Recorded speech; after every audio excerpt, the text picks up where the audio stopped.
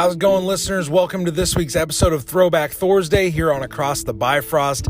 My name is Ryan Does. I am your host, and today we have a fabulous episode planned for you. We get to read 2 more issues of Journey into Mystery with one of my returning guests, my good friend Eric Fisher, and today we get to see Thor interact with the Avengers for the first time in Journey into Mystery. It's gonna be a great episode. I hope you enjoy this conversation.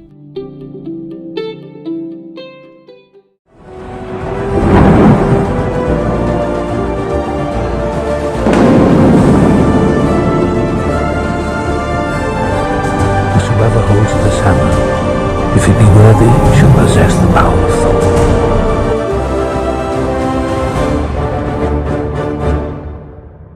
Thor. Okay, listeners, here we go for this week's edition of Throwback Thursday. We are looking at 2 more issues of Journey into Mystery. Today, we are going to cover issues 101 and 102 of this awesome book. It is our second 2-part story. We get the return of a familiar villain, and that's why I thought I would bring back a familiar voice on the podcast, bringing back my friend Eric Fisher to talk about these 2 awesome issues. They're not episodes. I always get that confused. We're talking about these 2 awesome issues. Eric, how's it going tonight, man?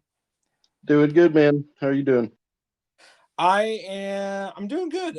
We've got a long week on the podcast, but I am always excited for Throwback Thursday, always ready to go. So let's jump into these issues.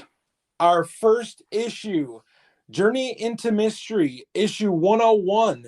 It's entitled The Return of Zarko, the Tomorrow Man. So Zarko showed up in, I believe, the 3rd or 4th issue of Thor's run. He is back with all new types of villainy in this issue. This issue came out in February of 1964, so we're a few months into this new year. And here is the synopsis for this issue of Journey into Mystery. Thor goes on a rampage through New York City after his father Odin denies him a marriage to Jane Foster. Unaware of the damage his tantrum is causing, Hank Pym as Giant Man must step in to appeal to Thor's conscience. This issue also features Iron Man. So, as you couldn't tell from the title of this episode, we are getting the first glimpse of the Avengers in this story. So, Eric, you and I are both big comic book fans. What was reading the Thor story with the Avengers in it in this early edition of the Avengers? What was it like to just see them kind of guest star for a few panels in this issue? It was great. I loved it. It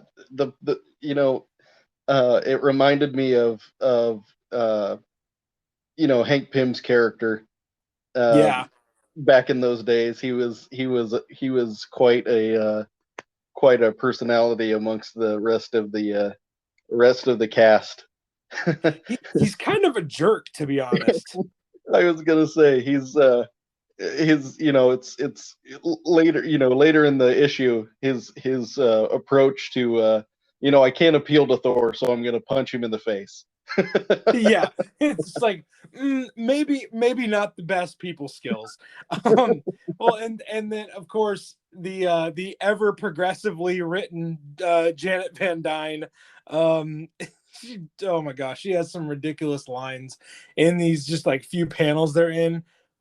But we get the first appearance of the Avengers, the team that Thor is a part of. There's only been 3 issues of Avengers at this point in 1964. So the Avengers are not an established name. They're not a staple of the Marvel universe at this point, but it really lends itself to Stan Lee and Jack Kirby and the Marvel team's creative vision to build a universe that is interconnected. So unlike a lot of DC books, you get to see these heroes interact outside of their team book, which is pretty cool. So also there's Iron Man in here. Iron Man has a great panel in here where he just makes all the problems go away with money. when he pays the guy off for his truck. It's like, hey, I see that my friend completely destroyed your main means of transportation. Here's just a wad of cash. It's like, also, like, where does he keep that on the suit? Like in his like Iron Man pockets or like his Iron Man wallet? Like It's he just it, like pulls out this wad of cash. And I'm like, okay, that's a nice flex, Tony Stark. it's Fantastic, man. it's completely in line. You know, when Hank wants to punch Thor in the face, Iron Man's solution is, "Oh, let him be. He's got it Yeah. figured out." Yeah. Clearly he's an emotional, stable friend that we don't need to help further. Um, Speaking of Iron Man, also this month in Marvel, this month, February 1964, three other issues of Marvel Comics that jumped out at me, and we'll get Eric's thoughts on these as well. Speaking of Iron Man, we got Tales of Suspense number 50. This is an incredibly crucial issue of Tales of Suspense for Iron Man because it is the first appearance of his arch enemy, the Mandarin. Iron Man goes on this adventure in the Mandarin's castle, and we get introduced to a villain that would change Iron Man for the decades to come. Tales of Astonish number 52, Giant Man and the Wasp face off against Nathan Garrett, the Black Knight, I believe the original Black Knight. They battle with kind of your standard villain of the 60s. There's in the 60s, there's nothing wrong with punching a communist in the face. And then Amazing Spider-Man number 9, you get to see the origin and the first appearance of the villain Electro. So, Eric, those other issues coming out this month in Marvel, February 1964, which one of those issues would have been like, if Eric goes to the newsstand and he's going to pick out a Marvel comic, which one of those are you picking out in February 1964? Spider-Man for sure. Okay. So, why do you say Spider-Man? Well, I'm a big Spider-Man fan, anyways. Needless to say, but obviously my tenure with Spider-Man was later, late '80s to the '90s. But Electro, classic Electro, is one of the cheesiest Spider-Man villains. Right. I can't help but love cheesy Spider-Man villains. So yeah, and I know that I've read. I couldn't tell you much about the book now without going back and buzzing through it, but I know that I've read the first appearance of Electro in like an omnibus or a volume. Okay. In the past, because I was curious and because I like Electro, so I know that I've gone through that book at least once, but it was a long time ago. But yeah, for sure, if I were standing in front of a comic book rack at a gas station back then, it definitely would have been Spider-Man. Yeah, I think. Well, I would love to say. I would love to say in hindsight that I would pick Tales of Suspense number 50 just because of the significance of the Mandarin. But I probably would have gone with Spider-Man as well. Electro is pretty awesome, and Yeah. I also love this era of Marvel Comics. I love that all of the costumes are very overt. Like Spider-Man, literally dressed up. He's got webbing on his suit, and he just looks like a spider. He runs into Electro, is like, lightning bolts hanging off of you everywhere. I'm gonna guess you don't like have fire powers. You're either a sunflower or somebody that controls electricity. Yeah, it's like, I wonder what this guy's all about. It's like their costumers were like, well, we don't want you to be understated at all, so let's just be overtly crazy about it. This issue of Journey into Mystery, jumping back to Journey into Mystery 101, our first issue for today. There are no significant first appearances in this issue. We get the return of Zarko. He's a foe that is familiar to the Thunder God, but it is written by Stan Lee. It is penciled by Jack the King Kirby. And for inker, we get George Bell, who it seems is probably just filling in on this issue of Journey into Mystery. And we retain the letterer from last issue, Sam Rosen. So Eric, we talk about creators all the time. We just kind of throw their last name in there, and we just kind of know, you know, who we're talking about. I'm curious, what was it like going back and reading like old Jack Kirby comics and taking in all of his artwork? Well, Kirby's old artwork is classic, right? I mean, Yeah, everything he did back in those days, you could pick up a book or a page from a book and not have his name on anywhere on it, and you could tell that was Kirby artwork. There's no mistaking Jack Kirby's Thor, Jack Kirby's Silver Surfer. You know when you're looking at a page drawn by Jack Kirby. And that's probably my favorite part of this book, is that old classic artwork. Just on every single page is great. There's some really great panels. I can't remember I think it was page 8 that I kind of stopped on and took note of the page, because there's a panel on there with Zarko's face, and he's got this look on his face, and I just stopped and had to admire it for just a minute because it was so ridiculous looking. But yeah, I love Kirby's artwork, and like I said, it's iconic. Well, speaking of, you mentioned Silver Surfer in there just briefly, and that kind of reminded me that in these issues we get like some of our first few like big panels of cosmic Kirby artwork. Right. So for like Marvel fans who maybe are a little bit more familiar with Jack Kirby, we'll throw this up on our social media and you can actually take a look at this. The Bifrost, like just almost like unfolding like a red carpet, like on a runway through the stars and the big sunbursts, and cosmic Kirby artwork is so like 60s fantastical that, like you said, it could really only be him. Right. Like, he has a very distinct style, and I think my favorite version of Jack Kirby is cosmic Kirby artwork, which we definitely get in books like Thor and Silver Surfer, and eventually like things like New Gods and other works that rely on a very space heavy theme. But Jack Kirby, always good to look at what he's drawing these in these comics. A few notes before we jump into our page by page run through this book. This issue does see the return of Zarko. He last appeared in Journey into Mystery 86. This is kind of beginning a streak for Thor of his Rogues Gallery reappearing in his books. So we get a few familiar faces, and we also get to see Loki in this as well, up to his usual tricks. This also is the first issue of Journey into Mystery to acknowledge the fact that Thor has joined the Avengers. So like I said earlier, the Avengers is only 3 issues old at this point, so they're not a staple. Obviously they've still combined, three heroes, counting Ant-Man and Wasp, from their one book in Tales of Astonish. You get to see 3 heroes combine their powers, but the Avengers are very new. And this is the first time we get to see a major crossover of another Marvel hero coming into Thor's book. So it's significant for that reason.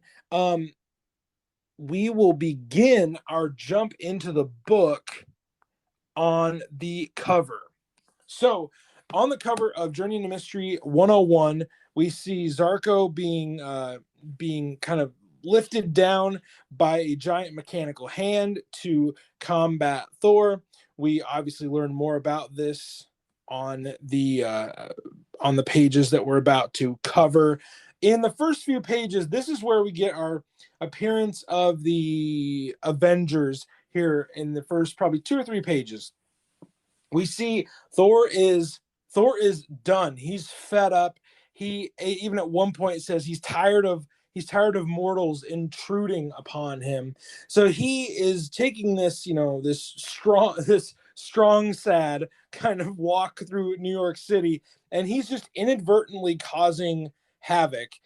He's busting up trash cans and he's crushing things, And Ant-Man, Hank Pym, comes to find out about Thor's little tantrum by the ants reporting back to him. He and Hank Pym and the Wasp go to meet him, and they also send a message to Tony Stark, the Iron Man, to come meet them. So, Eric, first impressions of Hank Pym, the Wasp, Iron Man in this issue of Journey into Mystery. What were some of your first few thoughts as they appear for the first time in this book?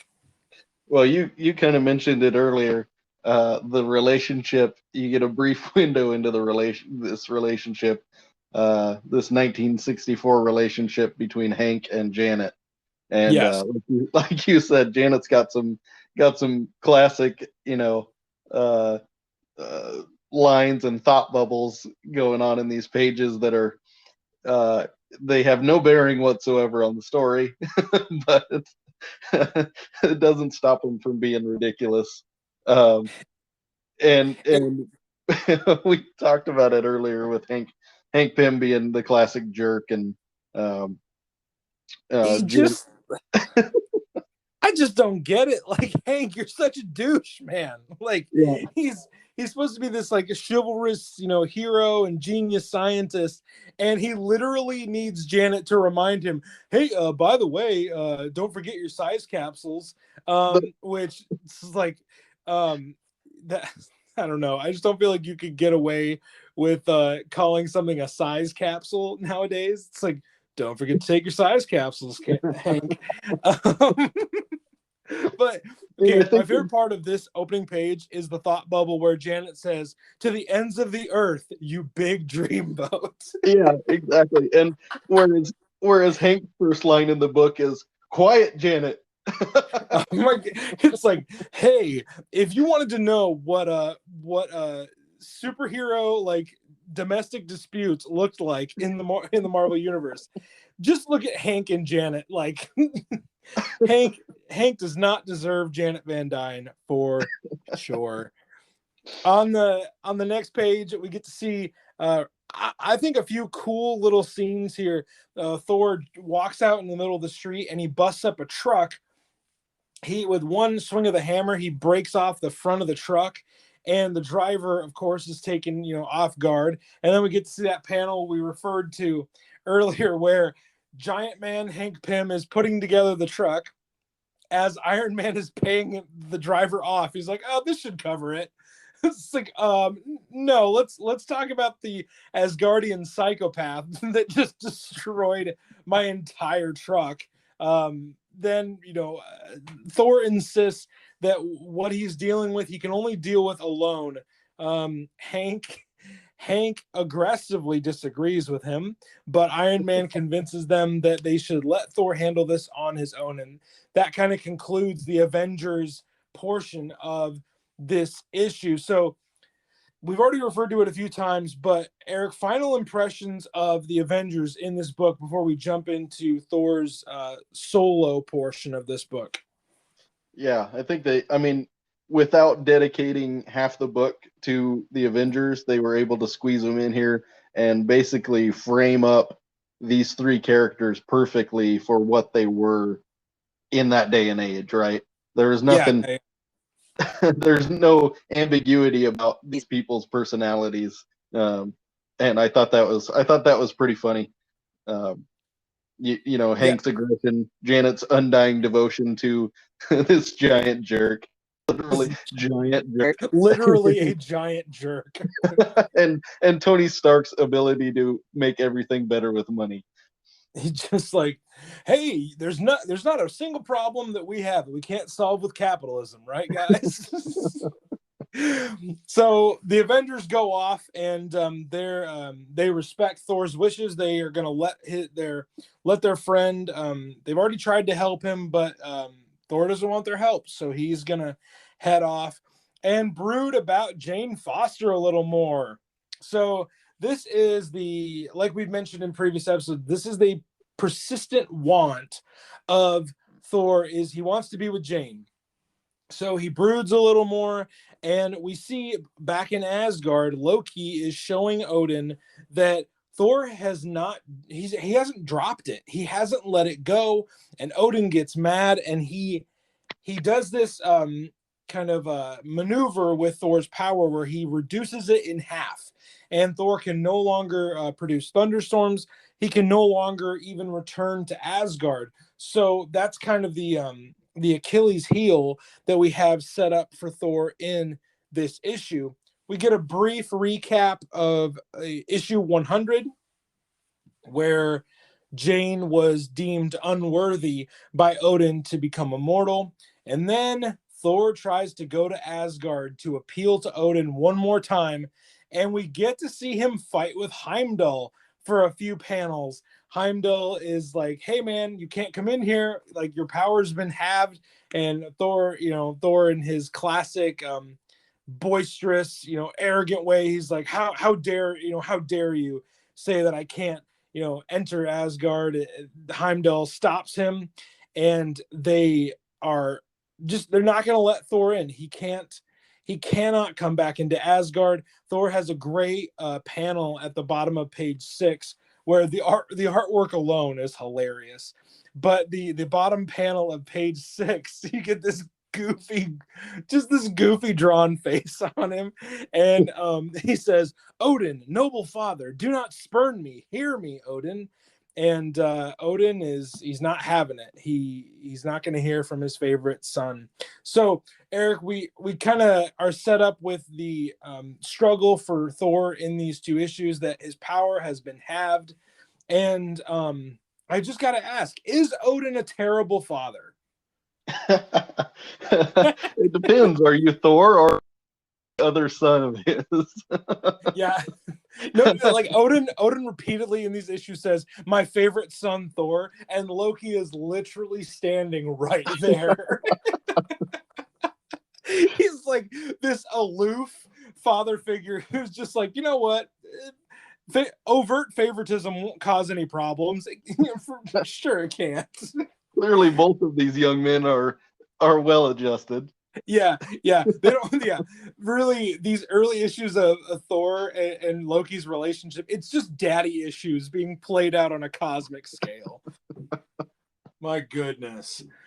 So we get a little bit of that set up for the issue, and then Loki is up to his schemes, and he is trying to find a way to defeat Thor again, and he decides to look into the well of centuries, and he sees Zarko in the 23rd century, and he determines that he is worthy to try again and try to defeat Thor this one more time. We get a little bit of a recap of Zarko and his last adventure with Thor, and we're told that Zarko is now, thanks to the power of Loki, he's freed from the mental grip they put on him in Journey to Mystery 86. Zarko determines to create a robot to go back to the 20th century and subdue mankind. He is going to try and take over the world yet again. He uses this robot to go back to the 20th century. This robot takes care of the police pretty efficiently, and they go on their own rampage. And when Thor tries to go and cut off Zarko and the giant robot, he kind of forgets that his power has been halved, so he's not as potent of an opponent for this robot that he was the previous time that he faced off against Zarko. So the reintroduction of Zarko, Eric, what did you think of the Tomorrow Man, the madman from the 23rd century, this incredibly elaborate and complex villain? I loved the fact that Loki's solution to how do I beat Thor, or how do I convince Odin Thor isn't worthy, is to take someone he's already beaten and bring him back into the mix. It's like the logic in that is like, well, he was cheap. He was a fiscally responsible choice. Yeah. We've already got him on retainer. We may as well dip back in. Yeah. What evil baddies do I have on the roster? Zarko, you're not doing much. Why don't you go give it another shot, man? So the robot grabs an entire building and he cuts off a street. Thor realizes that he can't use his hammer to the effect that he once was able to, as we're reminded many times through this book and the next issue. I think we are reminded no less than 1,000 times that his power has been halved. It's like they wrote this comic for goldfish. It's like, hey, just in case you forgot from 3 panels ago, Thor has half of his power. Just wanted to bring you up to speed on that. Also, in the 5 seconds that it's been since we last reminded you, his power has been halved. It's like, we get it, Stan. We get it. we are on board, and we are smart people reading this book.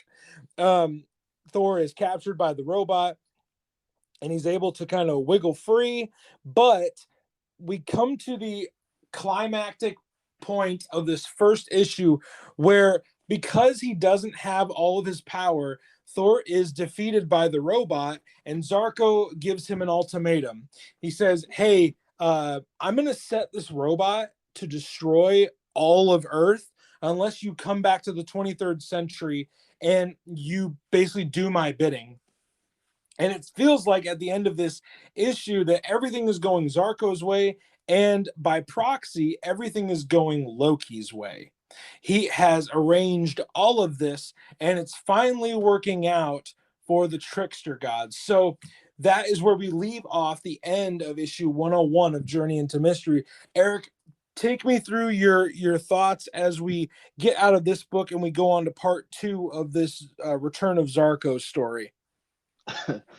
It's the first thought I had was, Zarko's from 23rd century Earth. Yes. So he wants to destroy the 20th century Earth. Oh my God, I didn't even realize that. And he uses that as a card, as his trump card against Thor. And Thor just goes with it. Like Zarko's doing the time travel equivalent of sawing off the branch that he's sitting on. Right, yeah, like you're not going to go back to much if you destroy the timeline you're in. Evil genius, more just like evil numbskull. Yeah. So we get this to be continued part of issue 101, and we jump into issue 102. So issue 102 of Journey into Mystery is entitled Slave of Zarko, the Tomorrow Man, referring to Thor's current state. He has to do Zarko's bidding, and this issue came out in March of 1964. The synopsis for Journey into Mystery 102 goes something like this. Oh, good. We get a reminder here. With his powers halved by an angry Odin, Thor is left defenseless and distraught. In an attempt to please Odin and regain his abilities, Thor accepts a dangerous mission from the 23rd century. Will Thor be able to save the 20th century Earth by destroying Artur Zarko of the future? So that is the precedent that has been set. Oh, by the way, Thor's powers have been halved, just in case you forgot. In March of 1964, we have 2 very, very significant issues of Marvel Comics that came out this month. We're just going to cover these 2 before we jump back into Journey into Mystery 102. The first one is X-Men number 4. Magneto is back, and he's not alone. This time, the X-Men face off against the Brotherhood of Evil Mutants for the first time. This issue is the first appearance of some of the Brotherhood mutants like Toad, Quicksilver, and the incredibly timely Scarlet Witch, Wanda Maximoff. So this issue of X-Men is a really big deal. A lot of important first appearances here that have definitely endured to the current, iteration of movies and even modern comics. And then the second issue is quite possibly even bigger deal in the grand scope of comics. Avengers #4, The Legend Lives. Captain America steps out of the ice and into the modern era. So this is the first issue of Avengers that features Captain America Steve Rogers. So not a first appearance, but a first appearance in a long time kind of thing.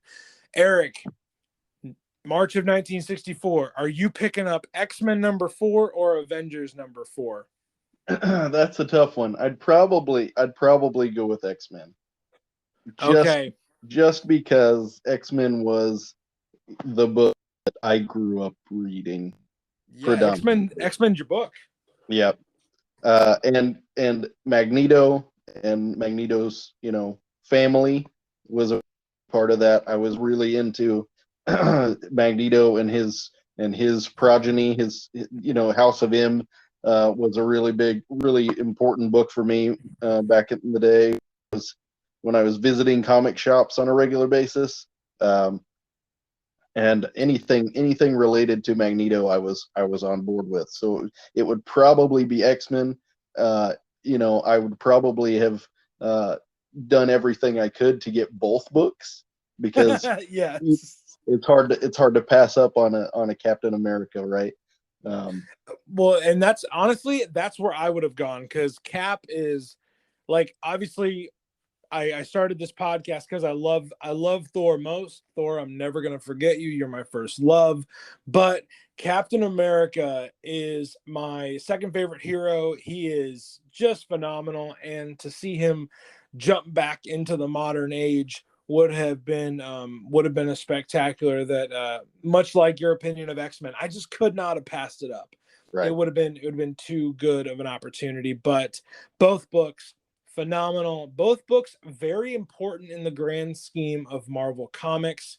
They both came out in March of 1964. So I'm actually going to let Eric tell us about a significant first appearance that happened in the Tales of Asgard side story in Journey into Mystery 102. So Eric, tell us what characters showed up for the first time in this story. So I knew about this story, but I hadn't read it until very recently. This is the Death Comes to Thor. This is Thor's. These Tales of Asgard are Thor's youthful days, coming to age books, and this Death Comes to Thor is all about Thor trying to be worthy enough to lift Mjolnir over his head, and this is the book that he does it in, and this includes the first appearance of Sif. Oh gosh, I can't remember the king's name. Do you remember the king's name, Ryan? In this issue, in the Tales of Asgard story, is that what you're referring to? Yep. Dun, dun, dun, dun. I will scan back through and I will find it real quick. So he takes Sif captive and he trades her to Hela for immortality. And Thor comes to find this out as he storms the gates and confronts this king, and the king kind of folds pretty quickly. And just tells him immediately where Sif can be found.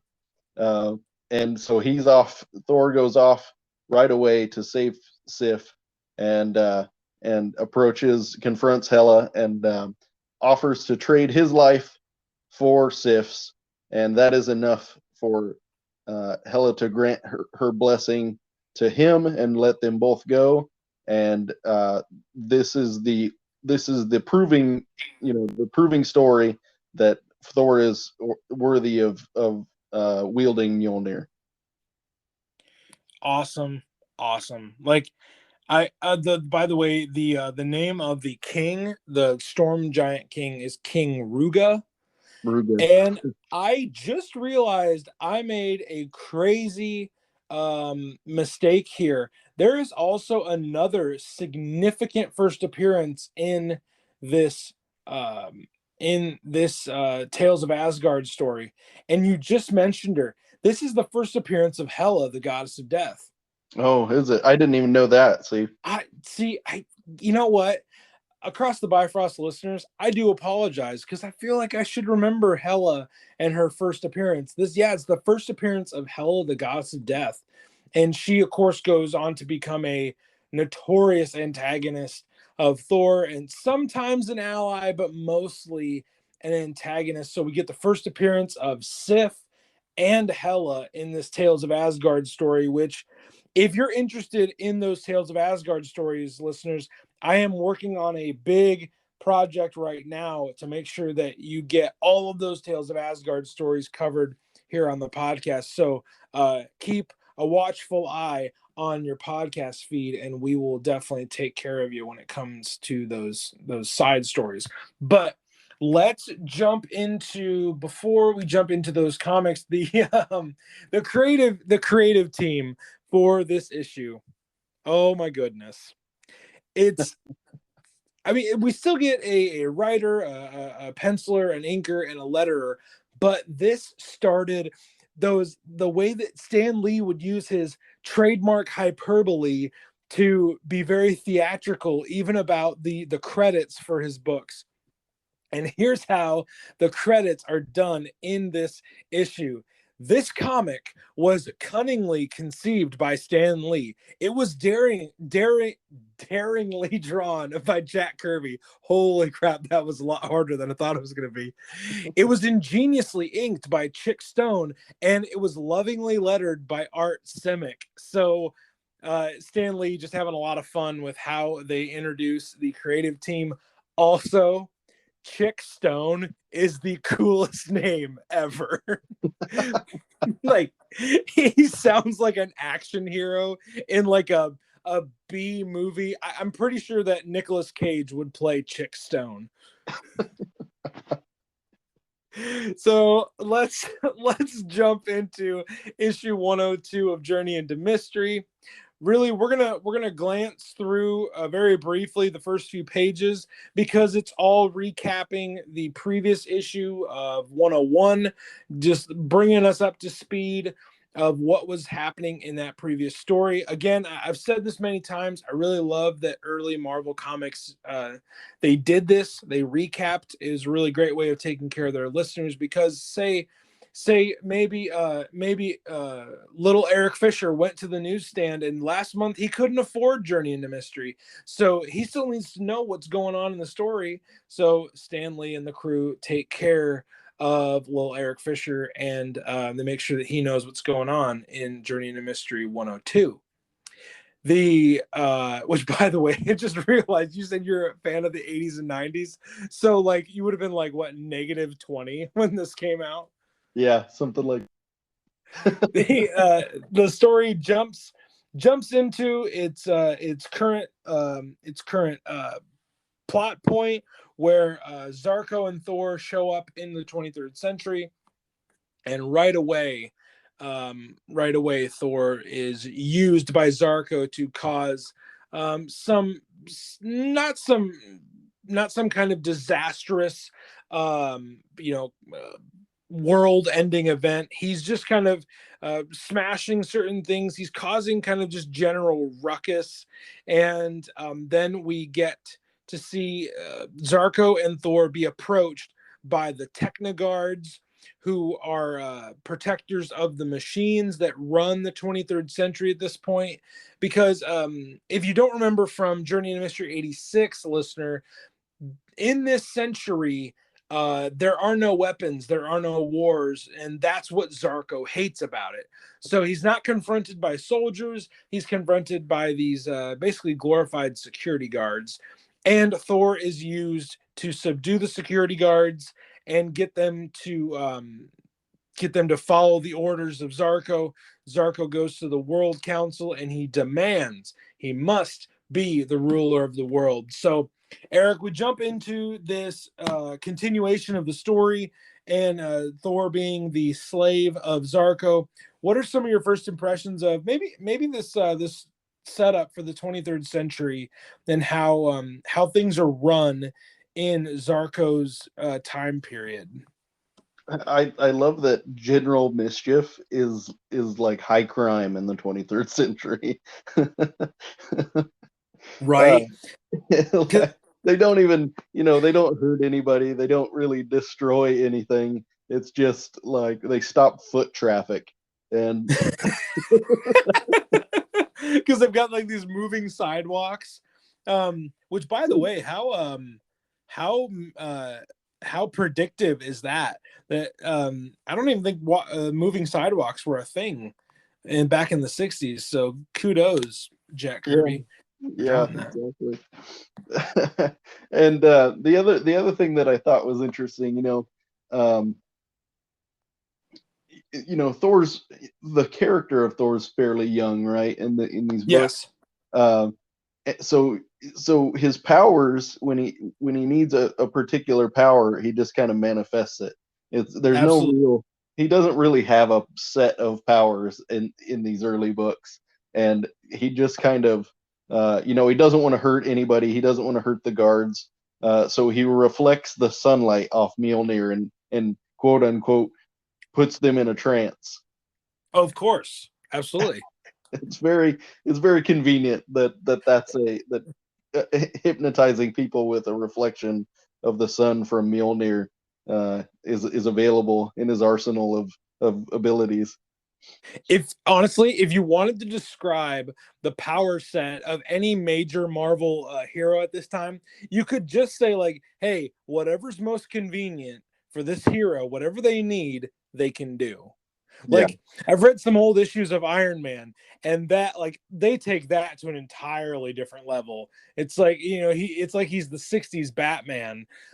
He's oh, of course I have shark repellent. Why wouldn't I? That's just something I carry around with myself. now that you said Um, that about Iron Man, it reminds me of a particular book where this is back in those 60 comics too, but that stands out particular to me. Uh, Iron Man is in trouble and he pushes a button on his armor and pops roller skates out of the bottoms of his feet. of course. It's like he forgot he can freaking fly, man. Like, Yeah, but aha, yeah, this looks like it's this looks like a classic. job for roller skates. Gosh. It's so ridiculous and we love it. Um, we continue the kind of the standoff with Zarko and the World Council, the ruling body of the 23rd century. And again, Thor has to do what Zarko says because he made a promise, and as guardians keep their oaths. So as Thor is leaving with Zarko out of the World Council chambers, he leaves a note. Very unsuspectingly, he leaves a note for the World Council to read as they're leaving. But before they can get out the door, they are Zarko and Thor are stopped by this octa robot.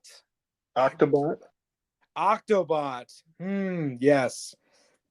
And he wrestles this giant metal octopus, and he's encased in this vapor, this poisonous gas, and Thor ties the robot up, and the robot is subdued because all the gas keeps accumulating in the back bag of it's supposed to look like an octopus, so it accumulates in the back of the machine. Then Zarko and Thor are told that where the master machine is, the master machine that runs the 23rd century, and they fly off to take hold of this machine, because if they take hold of this machine, Zarko becomes the ruler of the world. They get to this cave, and Thor and Zarko encounter the C bomb, which is different from the last C bomb that that Zarko tried to get in Journey into Mystery 86. It is a cell bomb that is it's like an instant prison. I feel like I'm watching like a late night TV infomercial. Insta prison, guaranteed to capture what you need to capture.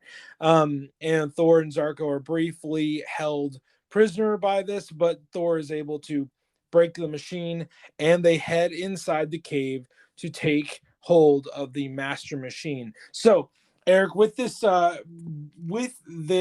next obstacle that Thor has to overcome, were you on to the plan that Thor had of why he left the note for the World Council?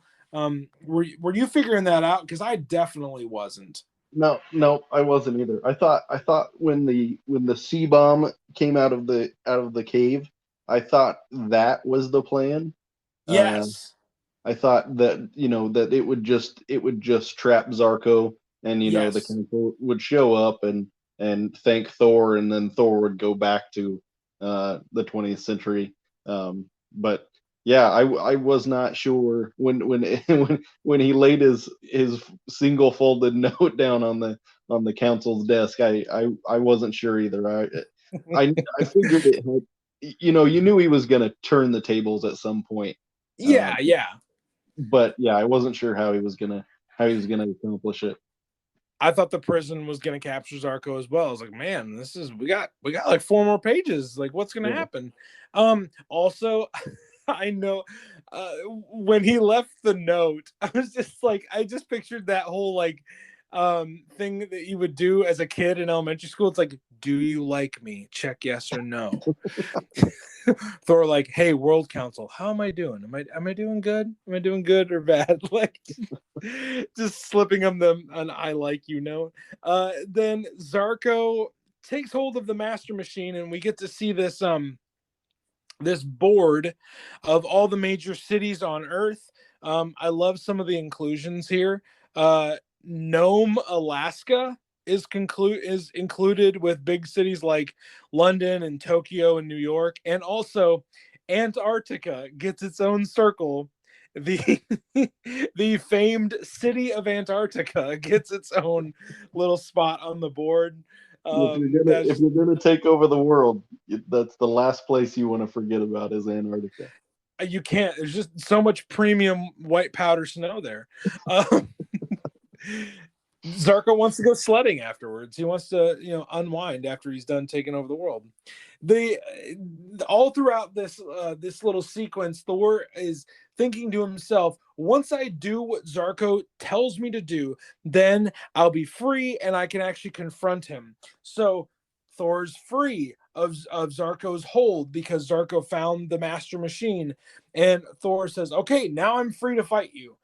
He says on page 11, alas, your triumph is about to come to an end, Zarko. Now that I have kept my word, I am free to follow my own whims, free to battle you. And he thinks he's outsmarted Zarko, but because Zarko has access to the master machine, he's able to use all these different devices to keep Thor at bay, like a freeze gun, a kind of a plasma gun, and even like a array that can destroy like whole bits of the atmosphere.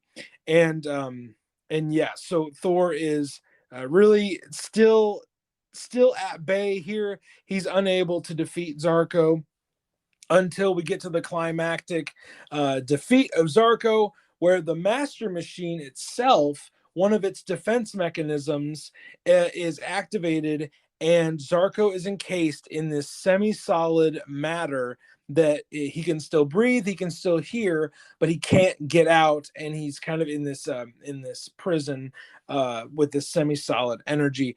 Thor has beaten Zarko. I mean, really, the Master Machine has beaten Zarko, and Thor goes back to the World Council, and they assure him that Zarko is going to be kept in a maximum security area. And then one of the members of the World Council and Thor have this great interaction where the World Council member says to Thor, to you, this is probably another one of your 1,000 victories. But to those of us living in this century, you have done something which we shall never forget. And Thor says, every victory over the forces of evil is an important one, my friend. But now I must return to my own century. So then he time travels back to the 20th century as Loki watches on, very disappointed. Odin even says, "Did you see, Loki? My favorite son did not fail me. He only seemed to be in league with the mortal, but he had to carry out his oath." First of all, Odin, major jerk, man. Like, again, your other son is standing mere feet from you, and you're rubbing it in his face. What a jerk. But also we get to see one of those very convenient powers of the hammer, where Mjolnir gives Thor the capability of traveling through time. And that concludes issue 102 of Journey into Mystery. So, Eric, with the conclusion of this issue, just kind of give me your thoughts of how this one came together, and what were some of your takeaways from this issue? Well, I think it's important to mention that, during this entire issue, Ryan, Thor's powers were halved. That, you know what? I'm glad you reminded me, because I almost forgot. Yes, listener, please don't forget. Thor's powers were halved, and he still defeated this villain because he's so freaking awesome. Even at 50%, your Mjolnir is going to take you through time. That's Of course, that's of pretty course. sweet. It's nothing but convenient. Yeah. You can't control lightning, but you sure as heck can travel 3 centuries into the future and back to the past. Yeah. It's like, Stan, what are the rules for this character? I don't know them. Please tell me. Well, that's the beauty of it, right? Like Yes. these old issues, there were no rules. Like you said, these powers were appropriated for these characters as needed. Yes. These characters were all unstoppable heroes. Uh, invincible. Just they had every power at their fingertips, and that's just it. That's just it, right? Thor was and still Yeah. is one of the most powerful heroes in the Marvel universe. And it's cool. Yes. It's cool to go back and read these old books about him and just see where that, the genesis of this behemoth of characterization in this universe came from. And yeah, it's a funny 2 books. Zarko is a ridiculous villain. Oh, I mean, Zarko would not get written today. No. No way. You're not like the current writer on Thor, Donny Cates. He's not gonna go to the editor in chief be like, "Okay, so I really want to bring back Zarko in a big way." Like, to be Yeah, like, who? what are the chances? What are the chances you see a Tomorrow Man Marvel Legends action Oh my figure? gosh. Oh my gosh. You know what? I would almost consider buying that. Yeah, just to have Like, it. these old, like, hokey vintage villains, I would love that. Um so as we wrap up this episode of Throwback Thursday, Eric, any final thoughts of this 2-part Zarko story featuring the Avengers, featuring, in the Tales of Asgard, featuring the first appearances of Sif and Hela? Any final thoughts you want to leave the listeners with before they get on with their day? Um, no, I think we covered it. Yeah. It just blows me away. I enjoyed, as ridiculous as they were, I enjoyed both of these books. I enjoyed the artwork, like I said, most of all. Going back and looking at those pictures, it really is like a nostalgia bomb. Yes. Like I said, I've read through omnibuses of older books, for different characters, different lines of stories. Like, never Journey into Mystery, but I know I've gotten through Tales to Astonish and um, Yeah. things like that. But yeah, it's just really cool to go back and read these, blown over the top um, speech bubbles and things from these characters. It's just classic. Yes. It's just very It's very cool. It definitely a blast from the past. Definitely a style that is an acquired taste. But if you love fantastical, ridiculous, fun, over the top stories that are definitely not grounded in a lot of reality, um, you will enjoy this. Eric, I've enjoyed talking comics with you yet again. I really enjoy bringing like just our normal conversations that we have, like when we're together and we're hanging out, and just bringing those conversations onto the show. So thanks for spending some time with us, listeners. I hope you enjoyed Eric on the podcast today. If you did, let us know in the reviews on iTunes, and let us know on Instagram. We would love to know if Eric is one of your favorites. We will try and lock him down for future episodes. So we are going to get out of here. Eric, thank you very much for joining me, man. We'll see you down the road. Always. Thank you.